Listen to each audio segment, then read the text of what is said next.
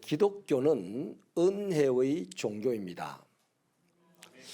제가 이 은혜가 도대체 뭘까, 은혜가 어떨까 이런 묵상을 하면서 바닷가에 있었던 적이 있는데요. 그때가 한 9월 말쯤 될 겁니다. 태풍이 이제 지나가고 난 다음에 잔파도가 일어나는데요.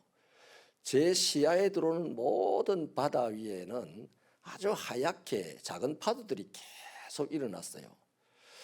하염없이 쳐다보는데 끊임없이 그 파도는 계속되더라고요. 이 큰 파도 이렇게 밀려오는 게 아니고 착착착착착 하고 전체에 하얗게 이제 퍼져 있는 그 파도가요. 그래서 기다리다가 그 파도가 지는 것을 못 보고 돌아오면서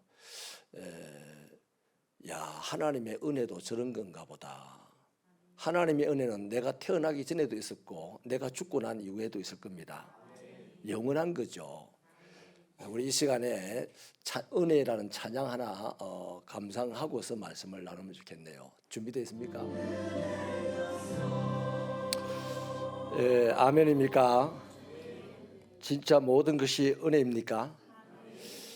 신구약을 통틀어서 어떤 학자의 그 풀이에 보면 은혜라는 단어가 365번 쓰였다고 그래요. 숫자 파악을 안 해봤는데 아무튼 학자의 얘기가 그렇습니다. 그 말은 매일매일이 내가 엎어져도 은혜고 달려가도 은혜고 병들어도 은혜고 건강해도 은혜고 1등을 해도 은혜고 꼴찌를 해도 은혜다 하는 그런 고백이 쓰여져 있기 때문이라고 말합니다. 그래서 모든 것이 은혜인데 사실 이 은혜는 어떤 골격을 갖고 출발을 할 겁니다. 그래서 오늘 본문에 보면은 은혜가 모든 부분, 모든 분야, 모든 점에서 막 끊임없는 파도처럼 솟아나오는 밀려오는 이 은혜는 오늘 본문에는 세 가지 골격을 가지고 은혜가 나옵니다. 그래서 은혜가 무엇이냐 할 때 이 세 가지 골격 속에서 은혜가 크고 작은 은혜들, 다양한 은혜들이 이제 성도들에게 밀려온다는 것이죠. 첫째가 뭐냐면 예수님께서 성육신하신 것이 하나님의 은혜입니다. 이게 은혜의 큰 뼈입니다. 9절을 우리 같이 읽어볼까요? 9절 시작.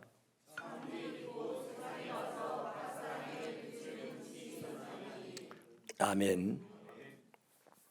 말씀을 읽을 때요, 제일 열심히, 제일 또록하게, 제일 크게 읽는 사람이 하나님을 진짜 사랑하는 사람입니다. 다시 읽겠습니다. 시작. 곧 세상에 와서 각 사람에게 비추는 빛이 있었나니. 아멘. 예수님은 인간의 시간 시작되기 전에 이미 계셨죠. 그것을 태초라고 얘기합니다. 이 태초는 사람의 시간 이전의 시간을 얘기하는 겁니다. 사람으로 계신 것이 아니라 말씀으로 계셨잖아요. 그가 곧 하나님이라고 합니다. 그가 인간의 역사 속으로 들어오신 것을 성육신이라고 합니다. 다시 말하면 말씀이 육신의 몸을 입고 이 땅에 오신 것이죠. 성경은 이것을 통해서 이것을 사람이 사는 땅에서 참빛이라고 합니다. 이 사람이 사는 땅에서 참빛이다, 뭔 말이냐 하면 우리 사람이 사는 세상이 어땠습니까? 어둠의 영이 다스리고 있었어요. 그래서 사람들은 이 어둠의 영에 이끌려서 죄와 사망의 종노릇을 하고 삽니다. 이로 인해서 원하는 대로 행복의 길로 나가지 못하고 불행을 곱씹으면서 맨날 삽니다. 행복하면서 맨날 불행을 느끼고 불행을 말하면서 살아요. 그뿐만 아니라 죄의 삭은 사망이고 그 다음엔 영원한 멸망, 심판이 있다고 했으니 인간은 자신이 원하는 영원한 생명이 아니라 자기가 그렇게 원치 않고 싫어하는 영원한 멸망을 향해서 달려가고 있음을 스스로가 알고 있어요. 내일에 희망이 있는 사람은 오늘을 즐겁게 삽니다. 오늘을 기분 나빠하지 않습니다. 그런데 내일에 희망이 없는 사람은요, 오늘을 아주 불쾌하게 생각합니다. 오늘이라는 사실이 싫어요. 그래서 인간은요, 일생이 어둠의 세상 가운데서 영원한 행복이라는 목적을 향해서 달려가기는 하는데 그 목적을 이루려고 그렇게 길을 쓰고 달려갔는데 어느새 망가져버린 자기 인생을 발견하고 맙니다. 그게 결론이에요. 그래서 슬퍼합니다. 분노합니다. 싸웁니다. 그래서 세상은 지금 혼란한 거예요. 세상이 시끄럽다고 나오나가 테스형을 찾지 않습니까? 그렇잖아요. 세상이 왜 시끄러우냐? 어둡기 때문입니다. 우리 환한 이 불이 있는데 갑자기 정전이 탁 되면요, 바로 시끄러워지잖아요. 그래요. 그래서 이 세상은 항상 소란할 뿐입니다. 어둠의 영이 지배하고 있기 때문에. 그러니까 어떻습니까? 사람들이 바라죠. 세상에 빛이 들어오면 고요해질 거고 질서를 찾게 될 것이고 평화로워질 것이다. 이렇게 자기들이 사모합니다. 그런데 여전히 어둠의 영이 지배하고 그 어둠의 영에 끌려 죄와 사망의 종노릇을 하며 사니까 행복을 원하면서 불행을 만나게 되고 영원한 삶을 추구하면서 빨리 멸망당하는 삶을 살게 되는 거죠. 그래서 이것이 자기들 인생 앞에 현실로 나타나니까 슬프고 화나고 누구 책임인지 묻게 되고 그래서 싸우고 전쟁하고 그 세상이 시끄럽다 하고 멋진 나오나 형님은 테스 형을 찾고 이런 겁니다. 여러분 생각을 해보십시다. 바로 이러한 상황 속에서 이 어둠이 밝혀지면 세상이 고요해질 거야, 세상이 살기 좋아질 거야, 이걸 막연하게 바라는 그들에게 찾아오신 분이 바로 예수님입니다. 그래서 요한은 그를 참 빛이라고 지금 얘기를 하는 거예요. 여러분 생각을 해보십시다. 저와 여러분은 사람은 항상 보다 나은 것을 지향합니다. 더 좋은 것으로 자신의 인생을 꾸미고 싶어 하고요. 또 더 풍족하게 살고 싶어 하는 것이 우리들입니다. 우리들 본능이에요. 그럼 뭘 위해서요? 국회의원들 지금 출마하는데요, 민족을 위해서, 국민을 위해서 다 헛소리입니다. 지를 위해서 국회의원 출마한 거예요. 지를 위해서. 우리가 더 높은 곳을 지향하고 더 많은 것을 추구하고 더 좋은 것으로 나를 포장하려고 하고 하는 이 모든 것들은 누구를 위해서? 다른 누구를 위해서가 나를, 자기 자신을 위해서입니다. 자기 자신을 위해서요. 그런데 예수님은 자신이 아닌 우리를 위하여 이 어둠에 갇혀서 살아가는 인생들을 위하여 해보다 더 밝은 천국을 떠나서 이 어둠의 세상으로 들어오셨습니다. 또요, 신이 사람이 되셨습니다. 말씀이 육신을 입었습니다. 전능하신 분이 한계에 갇히게 되었습니다. 이 모든 것은 자기 자신을 위해서가 아니잖아요. 바로 우리를 위해서입니다. 그래서 예수님이 성육신 하신 사건이 바로 은혜의 뼈대입니다. 그래 예수님이 이렇게 하나님 보좌를 떠나서 이 땅에 오신 것이 그것이 가능해졌는데, 시공간을 뚫고 들어온 이것이 가능해졌는데 제자들 발시키는 그건 일도 아니죠.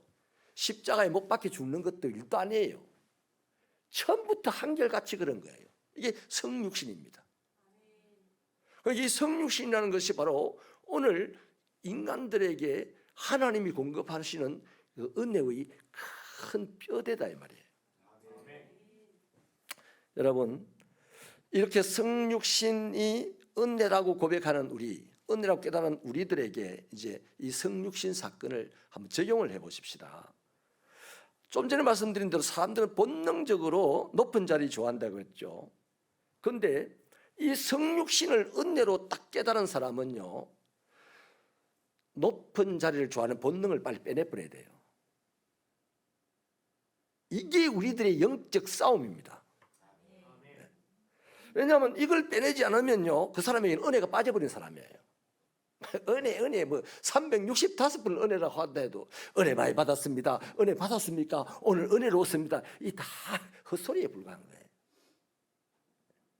은혜가 빠져버린 사람은요, 은혜라는 말을 더 많이 할 수 있어요. 왜? 포장해야 되니까.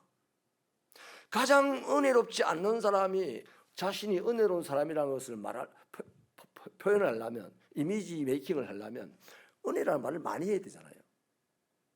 그런데 은혜를 깨달은 사람은, 이 성육신의 은혜를 깨달은 사람은 별로 높은 곳을 지향하지 않습니다. 별로 부자 되는 것을 지향하지 않아요. 그냥 오늘 낮은 자의 삶을 사는 것을 즐거워합니다. 요셉이요, 내가 만 사람에게 절을 받을 것이라는 하나님의 꿈을 꾸어가지고 꿈 이야기하다가 막 개맞듯이 맞고 죽을 고생을 하긴 해요. 그런데 요셉이가 높은 곳을 지향하진 않았어요. 항상 하나님 말씀 속에 살았습니다. 그러니까 요셉이를 높은 곳에 세우시는 이는 누구다? 하나님이시다. 내가 높은 데 올라가려고 애를 쓰면 애를 쓸수록 나는 우울해집니다. 내가 원하는 만큼 올라가지지 않으니까. 그런데 내가 은혜, 성육신하신 이 주님의 은혜를 깨닫고 그 은혜를 깨달은 그 마음가짐으로 인생을 살아가다 보면 나도 모르게 올라가 있어요. 나는 안 올라갔는데 사람들이 우리를 높여서 우리를 따릅니다. 할렐루야. 우리를 사표로 삼습니다.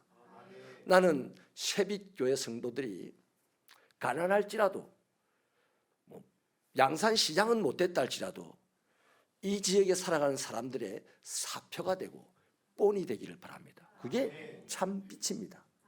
특히 우리 교회 이름은 신평교회에서 쉐빗교회로 이름을 바꿨어요. 제가 자주 말씀드리죠. 쉐빗이 뭡니까? 이 엘리멘트로 이거 옛날 백열등을 지금 무슨 등이에요 이거? LED 등으로 바꾸면 쉐빗입니까? 그게 아니잖아요. 새로운 삶을 사람들이 보게 하는 것이 쉐빗인 줄 믿습니다. 그 신평교회 다니던 시절의 삶을 다 벗어버리고 새로운 삶을 살아라 이 말입니다. 그러면 쉐빗입니다. 할렐루야. 자, 두 번째는요, 우리가 예수를 영접하게 된 것이 하나님의 은혜입니다. 이게 은혜라는, 모든 것이 은혜라는 그 은혜의 큰 뼈대입니다. 우리 12절 13절을 같이 읽어보실래요? 시작.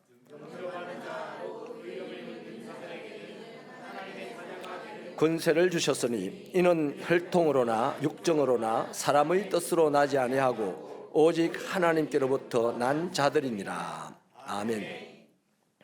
이 본문 앞에 10절 11절에 의하면 어둠의 세상은 소란하죠. 그래서 참빛이신 예수님이 은혜로 오셨습니다. 성육신 하셨어요. 사람들은 그 예수와 함께 있었죠. 또 그의 말씀을 들었고 그가 행하신 일들도 충분히 보았습니다. 그런데 사람들은 예수님을 하나님의 아들로 알아보지 못했습니다. 심지어 하나님의 아들이라는 사실이 다 증명이 되는데도 불구하고 하나님의 아들로 자신의 그리스도로 영접하지도 않았습니다. 그래서 그들은 예수님을 세례 요한이나 엘리야나 예레미야 정도 되는 선지자쯤으로 치부했습니다. 심하게 유대인 지도자들, 종교인들 가운데서는 이것도 인정하지 않고 그냥 나사렛 사람 목수 요셉의 아들로 그냥 치부해버리고 말았습니다. 왜 그럴까요? 이것도 종종 제가 드리는 말씀이죠. 헤롯 왕이 동방 박사들의 얘기를 듣고 너무 놀래가지고, 아니 유대인의 왕이 어디서 태어난다대? 이렇게 물으니까 성경 공부를 열심히 해와서 지금까지 성경을 제일 안다고 자타가 공인했던 서기관들이 대번에 그럽니다. 베들레헴이요 그래요. 그러면 베들레헴에 유대인의 왕이 태어났다는 사실을 안다면 서기관들은 성경을 공부한 사람으로서 하나님과 가장 지식적으로 가까운 사람으로서 동방 박사들보다도 더 빨리 가야 되잖아요. 그런데 안 가요. 나중에 예수님이 장성하여서 유대인의 왕처럼 하나님의 아들로 모든 역사들을 일으키면서 나타났을 때 서기관들은 예수를 시험합니다.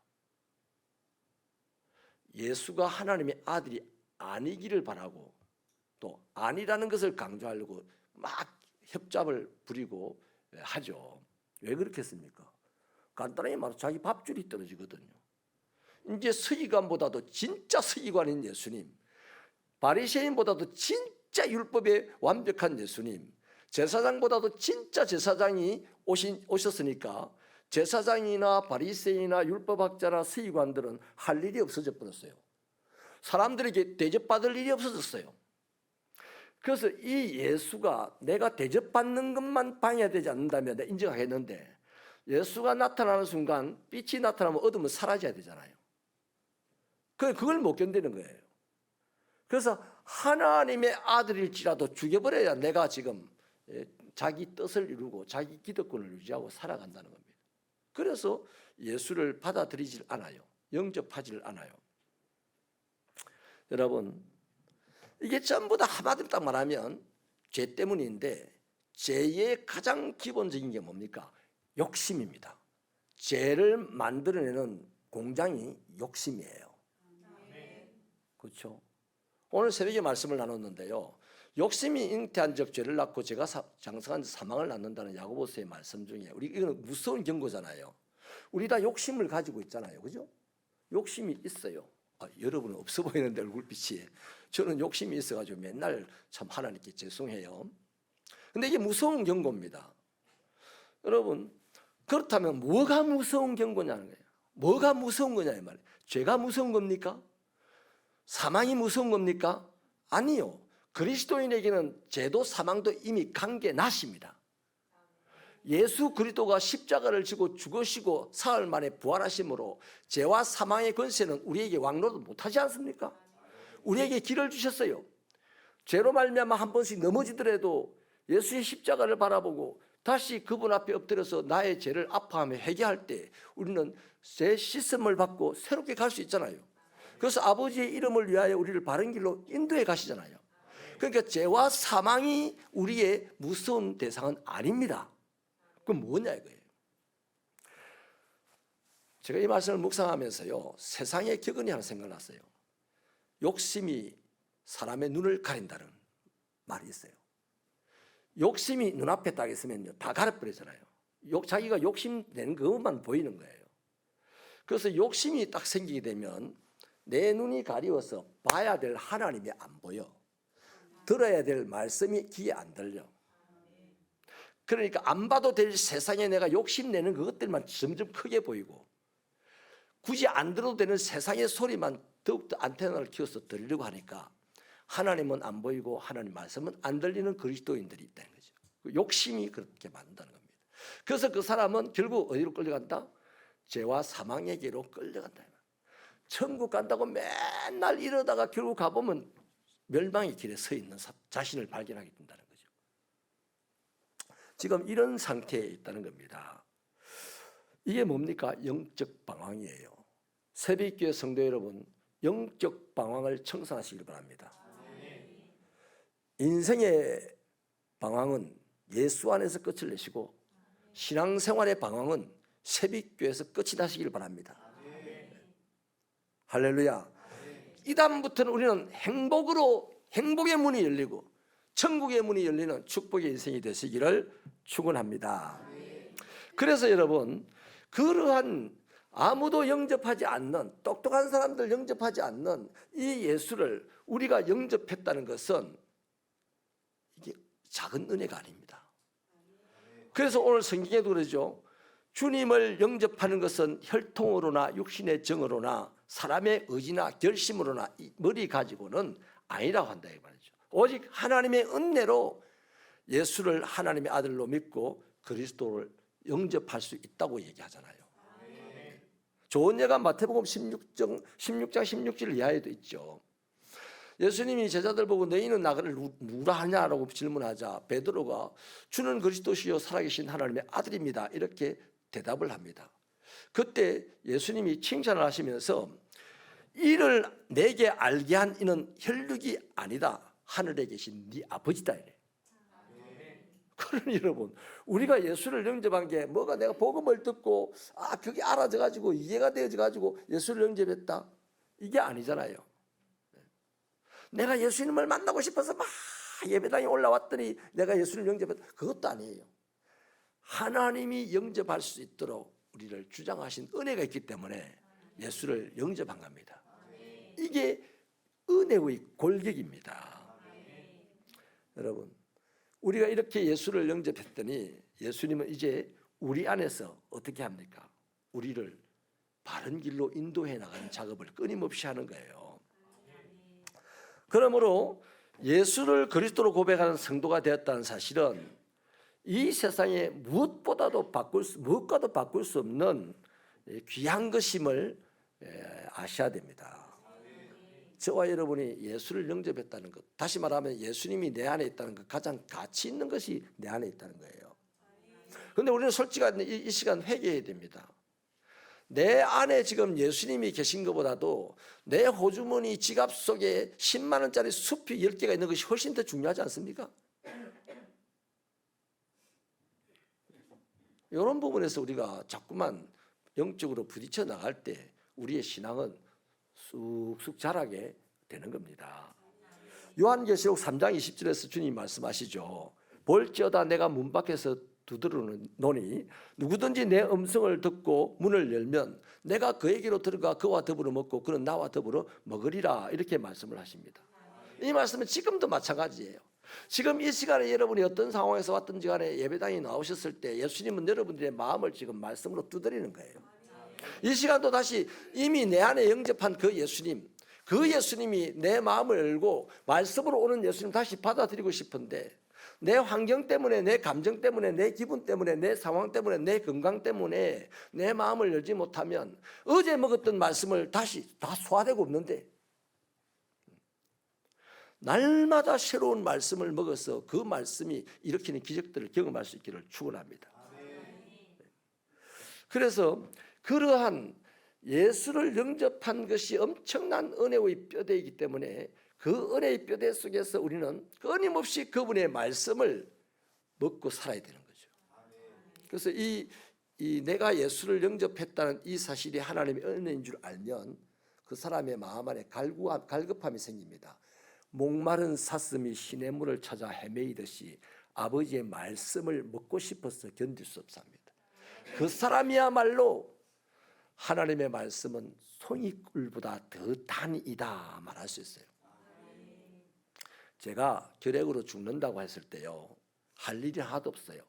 그래서 하나님 좀 살려주세요 했더니 하나님이 한 번도 알았다 살려줄게 이런 말씀 주시지도 않더라고요. 그 기도하다가 지쳐서 이제 나 정말 죽는가 보다, 이제 하나님께로 가야 될 일에 얼마 안 남았겠구나, 이렇게 생각하고 두 가지를 했습니다. 하나님 앞에 갔을 때 니 뭐 하다 왔나 할 때 할 말이 하나도 없었어요. 그래서 그때부터 병든 몸으로 교회 바닥을, 시멘트 바닥을 청소를 했습니다. 그래서 가끔씩 이제 권사님들이 기도하러 오다가 병든 사람이, 그것도 기력 환자가 막 청소한다 그러고 있으니까 보기가 아주 딱하고 안 좋잖아요. 그래서 버럭하고 역정을 내시더라고요. 그럼 자리를 좀 피해줬다가 가시고 나면 또 청소했습니다. 그리고 또 한 가지 한 게 있었어요. 말씀밖에 안 읽어지더라고요. 와, 말씀이 그냥 얼마나 읽어지는지요. 잠도 안 자고 읽어지더라고요. 왜? 죽을 게 할 일이 뭐 있습니까? 죽을 사람이. 살아계신 하나님이 말씀 안에 있다고 하고 예수님이 말씀이라고 하니까 어디 가서 내가 주님 어디 찾겠습니까? 말씀을 열심히 읽었습니다. 그 덕에 오늘 제가 있는 것 같아요. 여러분, 내가 예수를 영접한 것이 하나님의 은혜다 하는 이것을 깊이 인식하면요, 말씀이 사모됩니다. 말씀을 사모하는 사람은 반드시 말씀이 이루어지는 현장에 있게 되죠.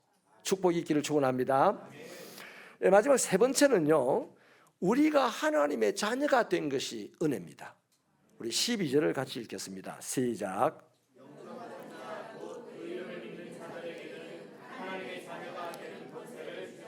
아멘. 우리가 예수를 구주로 영접하고 난 이후에 일어난 놀라운 변화죠. 신분의 변화가 일어난 거예요. 에베소서 5장 8절은 원래 우리를 어둠이라 그랬습니다. 좀 더 심하게 표현하면 마귀의 자녀였습니다. 그런데 하나님의 은혜로 예수를 구주로 영접하고 난 이후에 우리의 신분은 어떻게 바뀌었냐면 빛의 자녀라고 했습니다. 그게 에베소서 5장 8절 말씀이거든요. 하나님은 빛이잖아요. 근데 그 빛은 얼마나 대단한 능력이 있냐면 회전하는 그림자가 없댔습니다. 우리가 아는 빛은 태양이 최고의 빛인데 태양은 그림자가 있어요. 태양이 돌 때마다 그림자가 있어서 그 해시계가 되잖아요. 근데 하나님은 돌아가는 그림자가 없어요. 완전한 빛이라는 거죠. 아까 말한 참 빛입니다. 그러니까 우리는 어둠의 자녀였는데 예수를 영접하고 하나님의 자녀, 빛의 자녀가 되었어요. 그래서 지금 우리는 그 하나님을 아빠, 아버지라 부른다 이렇게 바울 사도가 말하잖아요. 우리 하나님을 아버지라고 부르잖아요. 여러분, 이거 얼마나 대단한 일입니까? 사람이 신을 아버지라는 종교가 어디 있어요, 이 세상에? 단 하나도 없습니다. 우리밖에 없어요. 신을 아버지라고 부르는 집단은 우리밖에 없어요. 여러분, 이 아버지와 자녀 관계가 어디 있습니까? 아버지는 자기 모든 것을 자식에게 다 줍니다. 할렐루야. 네. 진짜 내가 지금 전율이 일어나네요. 네. 아무것도 아닌 사람, 어둠의 자식이요 마귀의 자식이고 사망과 죄의 근세에 끌려다니고 그러던 우리가 그 모든 것을 지배하는 그 하나님을 보고 아버지라고 부를 때에 다른 사람들이 우리를 보면 뭐라 하겠습니까? 웃긴다야, 놀고 있네, 뭐 비웃기도 하겠지만은 조금만 시간이 지나면 그 사람들이 우리를 두려워하지 않겠습니까? 우리가 그리스도인이 세상에 나가면요 함부로 대하지 않습니다.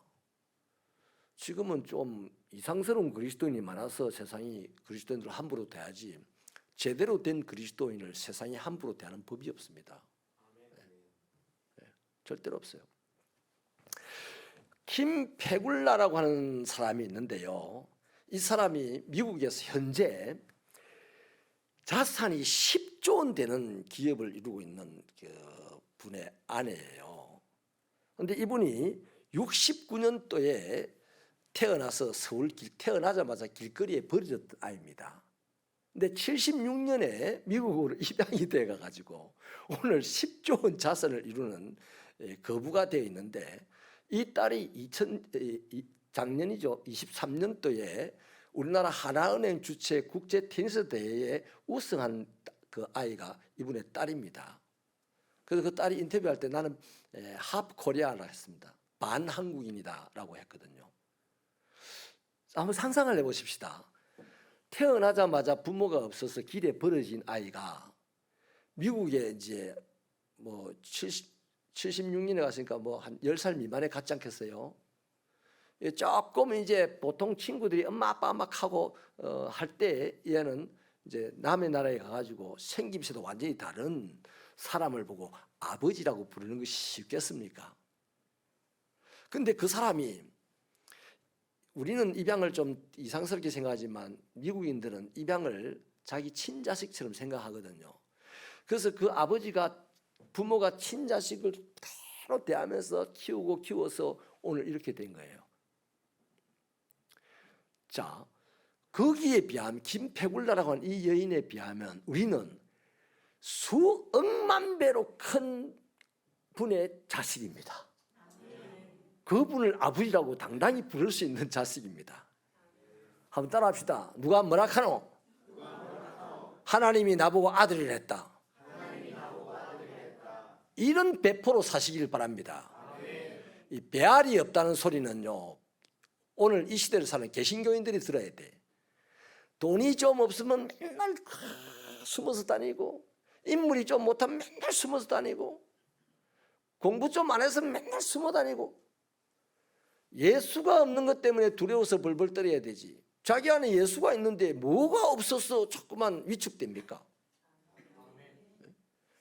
내 안에 진짜 나를 하나님을 보고 아버지라고 부를 수 있게 해주신 그 예수가 있는데 그분을 영접한 그 은혜로 말미암아 하나님이 대놓고 이제부터 너는 내 아들이다 했는데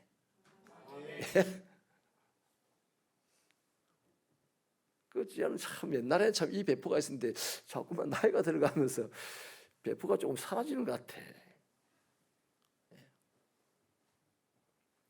여러분, 이제 말씀을 마칠게요.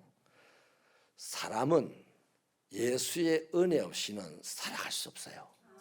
모든 것이 그분의 은혜 때문에 살 수 있습니다. 그 은혜의 골격이 바로 오늘 세 가지라는 사실을 배웠습니다.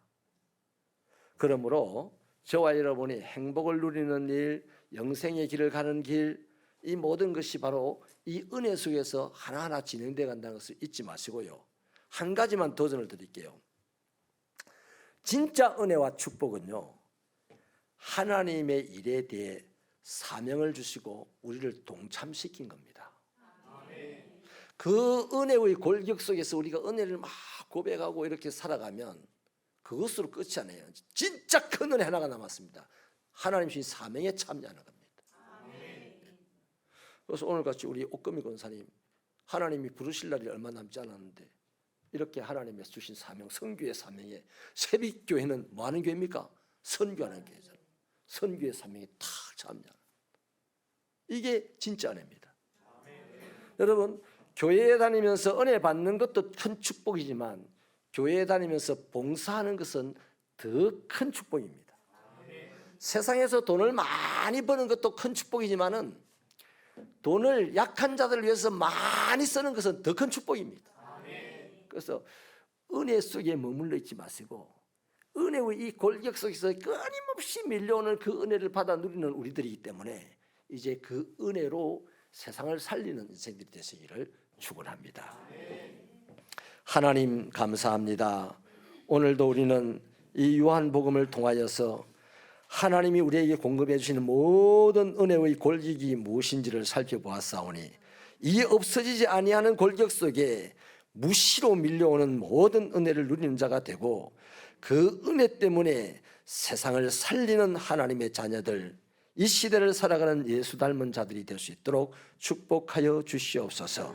아버지 하나님, 오늘 또 이렇게 귀한 예물을 드렸습니다. 이 예물 속에 기도가 있습니다. 아픔이 있습니다. 눈물이 있습니다. 주여 위로하여 주시고 힘 주시고 갈 길을 밝혀 보여주시고 살 길을 열어주시옵시며 특별히 우리 옥금이 권사님, 하나님이 부르시는 그날까지 그 몸도 마음도 평안할 수 있도록 지켜 주시옵소서. 예수님 이름으로 기도하옵나이다.